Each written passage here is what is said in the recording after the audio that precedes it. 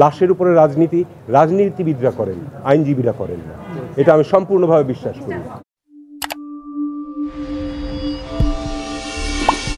আজকে শুনানিতে আজকে যখন প্রথম শুনানি শুরু হলো তখন আমরা আমাদের পিটিশনের পক্ষ থেকে Bangladesh police regulation of Bengal যেটি রয়েছে সেটির বিভিন্ন প্রভিশন দেখালাম যে একমাত্র এক্সট্রিম সিচুয়েশনে যেই তারা লাইভ গুলি, যেটাকে আমরা বলি তাজা বুলেট মারতে পারবে, তার আগে অনেকগুলো পদ্ধতি রয়েছে। আমাদের একদম প্রথম যে বক্তব্যটা সেটা হচ্ছে যে মানব প্রাণগুলো যাচ্ছে সেগুলোকে এখানেই থামানো যাক, আর যাতে একটিও রক্ত না পড়ে, আর এক ফোঁটা রক্তও যেন না পড়ে। পুলিশ তাদের অন্যান্য যেসব প্রসিডিওর আছে পিআরবি অনুযায়ী সবকটাকে যেন ফলো করে তারপরে তারা যেন তাদের দায়িত্ব পালন করে। এবং এই 6 জনকে আমাদের সরকারের ভাষ্য অনুযায়ী যে তাদেরকে অ্যারেস্টও করা হয়নি, তাদেরকে ডিটেনও করা হয়নি, তাহলে তাদেরকে ওখানে আটকে রাখা হয়েছে কিসের জন্য? তাদের নিরাপত্তার কথা যে বলছেন সেই নিরাপত্তাটা তারা কখন চাইলেন সে কথা কখনোই বলছেন না। তারা গতকালকে আমাদের মামলা ফাইল করার পরে তাদের পরিবারের সাথে দেখা করতে দিয়েছেন, সেটা বারবার বলছেন যে পরিবার বলছে ভালো আছে, পরিবার বলছে ভালো আছে। আমরা শুধু ক্যামেরার সামনে যে অংশটুকু দেখানো হয়েছে সেটুকু দেখেছি, ক্যামেরার পিছনে ওখানে কিভাবে তাদের কাছ থেকে এই স্টেটমেন্ট নেওয়া হচ্ছে সে বিষয়টা কখনো দেখা যাচ্ছে না। এবং এই যে ভাতের হোটেলের কথা আমরা বলি, এই ভাতের হোটেল কি এখন রিসর্ট যে আমার বাইরে থাকতে ভালো লাগছে না, আমি গেলাম ওখানে যে রিসর্টে সময় কাটিয়ে আসলাম যাতে আমাকে কেউ ডিস্টার্ব না করে? এই দায়িত্ব কবে থেকে ডিটেকটিভ ব্রাঞ্চ নিয়েছে? এগুলোর কোনো সদুত্তর ওনারা দিতে পারছেন না এবং দিচ্ছেন না। ফলে আমাদের বক্তব্য খুব সহজ যে যতটা মুহূর্তে ওদেরকে ওখানে আটকে রাখা হচ্ছে এই 6 জনকে, সেটি বেআইনি। এবং তাদেরকে যে স্বেচ্ছায় তারা ওখানে যে আশ্রয় নিয়েছেন সেটা তাদের মুখ থেকে আমরা শুনতে চাই, এসে আদালতের সামনে তারা সে কথাটাই বলুক। কিন্তু তারা সেই কথাটাও বলতে দিতে সাহস পাচ্ছেন না। এই হাইকোর্ট থেকে ডিবি অফিসের দূরত্ব খুব বেশি হলে 1.5 থেকে 2 কিলোমিটার, তাদেরকে এখানে আনতে 2 মিনিট লাগবে। নিয়ে আসুক, নিয়ে এসে তারা আদালতের সামনে বলুক যে না আমরা ওখানে আছি, আমরা ভালো আছি, আমরা আসবো না।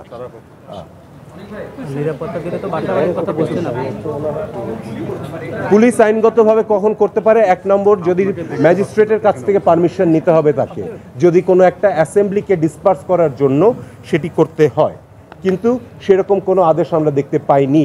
প্লাস বলা আছে যে পুলিশ যখন গুলি করবে তাদের প্রথম থাকবে যে মিনিমাম ড্যামেজ করতে হবে, অর্থাৎ কারো প্রাণ হত্যা করার জন্য গুলি করতে পারবে না। হয়তো শুধুমাত্র দেখা যাবে যে কাউকে ইনজুর করার জন্য বা ভয় দেখানোর জন্য মারতে পারে, প্রাণ নেওয়ার জন্য প্রথমেই কেউ গুলি করতে পারবে না। আপনারা পত্রপত্রিকায় দেখেছেন যে প্রচুর মানুষ, হাজার হাজার মানুষের দৃষ্টিশক্তি ওই ছড়রা লেগে গেছে, ওটা কিন্তু পায়ের দিকে মারলে বা নিচের দিকে মারলে হওয়ার কথা নয়।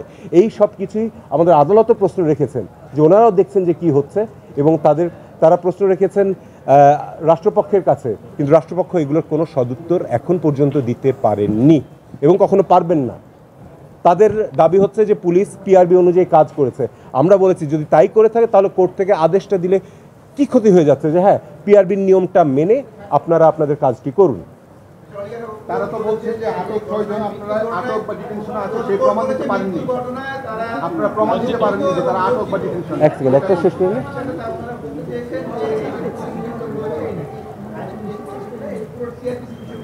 হ্যাঁ, এবং এখানে যেটা হয়েছে পিআরবিতে বলা আছে যে কোন কোন ক্ষেত্রে পুলিশ এটা করতে পারে, এবং আমাদের আদালত আজকে তাদের আক্ষেপ এবং ক্ষোভ প্রকাশ করেছেন যে এত যে প্রাণ ঝরে গেছে সেটির ব্যাপারে।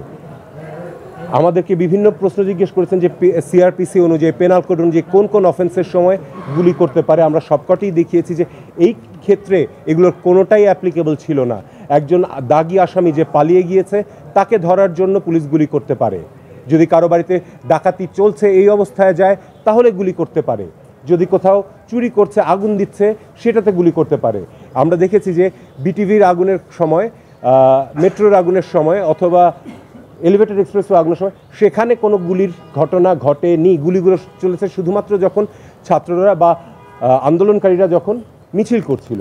এবং আমাদের এই মামলাটি কিন্তু শুধুমাত্র আন্দোলনকারীদের জন্য নয়, যত কটি মৃত্যু হয়েছে সেগুলোকেও সবকটাকে আমরা বলছি যে এগুলোর কোনোটাই ঠিক মতন হয়নি, এগুলোর কোনোটারই কোনো আইনগত ভিত্তি নেই এইসব মৃত্যু, সেগুলোকে থামানোর জন্য।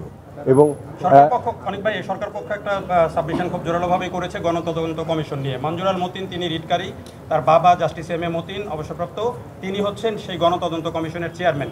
এটি কনফ্লিক্ট অফ ইন্টারেস্ট এবং এই পয়েন্টে তারা বলেছেন যে এই রিটটি কোনোভাবে মেনটেনেবল। আমার যতদূর জানা মঞ্জুরাল মতিন সাহেব যিনি পিটিশনার আমার সাথেই রয়েছেন, তিনি একজন সম্পূর্ণ অ্যাডাল্ট এবং তার নিজের ক্ষমতা, নিজের বুদ্ধিমত্তা সব কিছু রয়েছে। তার বাবার কথায় তিনি উঠেন বসেন বা তার কথায় তার বাবা উঠেন বসেন, আমার মনে হয় এটি ঠিক নয়। এবং বাবার সাথে ছেলের মিলিয়ে ফেলাটা কখনোই ঠিক নয়। তার নিজের বিবেক বুদ্ধি দিয়ে তিনি কাজ করছেন, তার বাবা তার নিজের বিবেক বুদ্ধি দিয়ে কাজ করছেন। এখানে কোনো কনফ্লিক্ট অফ ইন্টারেস্ট নেই। যেটা হয়েছে যে আমরা এখানে এসেছিলাম সম্পূর্ণ একটা অরাজনৈতিক, আমাদের শিশু মানে যারা আছেন আন্দোলনকারীরা বা বাচ্চারা যারা মাঠে নামছে তাদের জীবনটা রক্ষা করার জন্য, এবং যারা মারা গিয়েছেন তাদের কি বলবো যে তাদের মৃত্যুটা যে স্বাভাবিক মৃত্যু ছিল না সেগুলোর জন্য। তো এটিকে সামহাও আজকে আমরা যেটা দেখেছি যে অনেক আইনজীবীরা পিছন থেকে একটা রাজনৈতিক রূপ দেওয়ার চেষ্টা করেছেন। একদম পরিষ্কারভাবে বলি, এখানে আমরা কেউই কোনো রাজনীতি করার জন্য আসিনি। লাশের উপরে রাজনীতিবিদরা করেন, আইনজীবীরা করেন না, এটা আমি সম্পূর্ণভাবে বিশ্বাস করি।